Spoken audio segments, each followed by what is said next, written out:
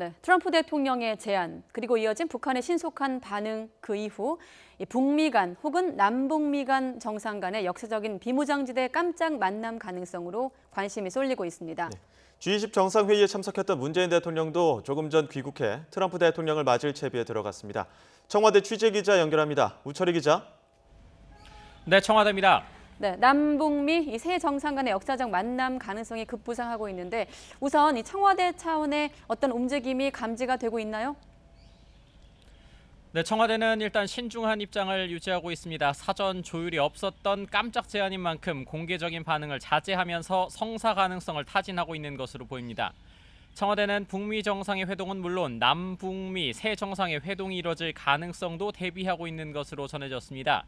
고민정 청와대 대변인은 트럼프 대통령의 트위터에 대해 현재 확정된 것은 없다면서도 북미 대화가 이뤄지길 바라는 기존 입장에 변함이 없다면서 성사 가능성을 배제하지는 않았습니다. 앞서 트럼프 대통령은 G20 회의장 밖에서 커피를 마시고 있던 문재인 대통령에게 다가와 자신의 트윗을 봤느냐며 함께 노력해보자고 엄지손가락을 들어 올리기도 했습니다.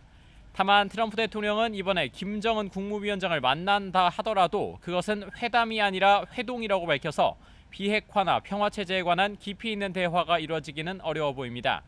문 대통령은 일본 오사카를 떠나기에 앞서 SNS에 올린 글에 우리는 거대한 물줄기를 바꾸고 있다면서 두렵지만 매우 보람된 일이 될 것인 만큼 서로 믿고 격려하자고 밝혔습니다. 네, 문재인 대통령도 귀국 이후에 본격적인 한미 정상회담 준비에 들어갔겠죠? 네, 성남 서울공항으로 귀국한 문 대통령은 곧바로 이곳 청와대로 향했습니다. 문 대통령은 참모들과 함께 곧 시작될 트럼프 대통령의 방한 일정을 최종 점검하고 있을 것으로 보입니다.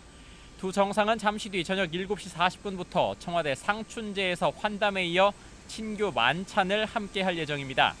한반도 비핵화와 대화 재개 방안은 물론 비무장지대 방문을 두고도 두 정상이 격의 없이 이야기를 나눌 전망입니다. 내일은 오전에 한미 기업인들과의 간담회 뒤 11시부터 한미 정상의 단독 회담과 확대 회담 겸 업무 오찬이 진행됩니다. 이어 오후 1시쯤 두 정상의 공동 기자회견이 진행될 예정인데요. 트럼프 대통령의 DMZ 방문은 공동 기자회견이 끝나는 내일 오후가 유력한 상황입니다.